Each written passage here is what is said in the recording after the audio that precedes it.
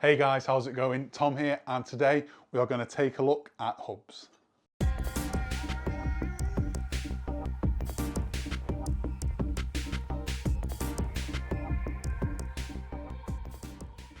Thank you for joining me today, guys. We're just going to take a quick look into hubs, the different heights that we have available, and a few different lifting techniques that you can use for hub lifting.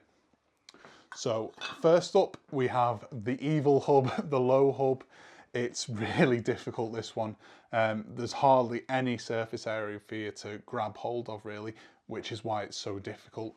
We find these are really popular with climbers and people that like doing Ninja Warrior, stuff like that, really looking to build up that fingertip strength, which is crucial for holding on to the different really narrow ledges and different holds and stuff like that. So I'll just give you a quick close-up of it there. There's not much to show because there's really not much surface area to grab hold of, but that is the low hub. Next up, we have the mid hub, which, as you can see, has had a fair bit of use. This is our one that we use in the shed here. I love using the mid hub. It's the perfect middle ground, really, between the evil low hub and the high hub, which is a lot easier, really. So the mid hub, as you can see, it's got a little bit more surface area for you to get hold of. It's really nice, a really nice height, really, for you to sort of wedge your hand around, stuff like that. Again, this is good for developing that finger and thumb strength, which is crucial for pinching. You've got your thumb strength, which is crucial for crush grip, like on the rolling handle, axle, stuff like that. And last up, the big daddy, the top hat, as one of my friends likes to call it, the high hub. Loads of surface area for you to get hold of here.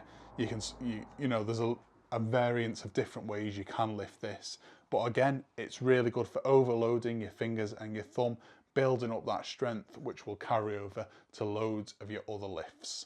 So that's the high hub. I'll just quickly show you my technique for lifting the hub and then a few others that you can use. But one thing you have to remember is everyone's finger length, thumb length, hand size is different. So what works for me might not work for you. It's well worth trying all different techniques, playing around with your hand, you know, style, the formation of your fingers, stuff like that. It's crucial that you do have a go and just feel what's most comfortable for you. And that's the way you're gonna lift the most weight, not by copying someone's technique, but I will show you. So you start off by putting your fingers over the top, and then I'll start with scrunching my thumb down like that. And then I'll try and sort of wedge my fingers down a little bit as tight as I can. That way I feel like I get a really good grasp on the block. With my thumb, it is really long. So if I go straight down with it like this, I feel like it's not engaged at all, and I'm not going to be able to lift as much weight as if my thumb was flat. So try this technique. Fingers and thumb like that. It's almost like a claw technique. That it's a really popular one. I'd probably say the most popular. I think the world record holder lifts like that as well, so it's well worth giving that technique a go. And then you can also try the doorknob technique, which isn't allowed in competition but is good for really targeting that thumb and finger strength. You've just got to kind of imagine that you're lifting, turning a door handle, so you sort of wedge your hands round and you'd lift it like that. So that's the hubs. You've got the low hub, the mid hub, and the high hub. If I had to pick one, I'd always go for the mid hub. It's the safe bet, the middle ground's your safe option. The low hub's really good for targeting that fingertip strength.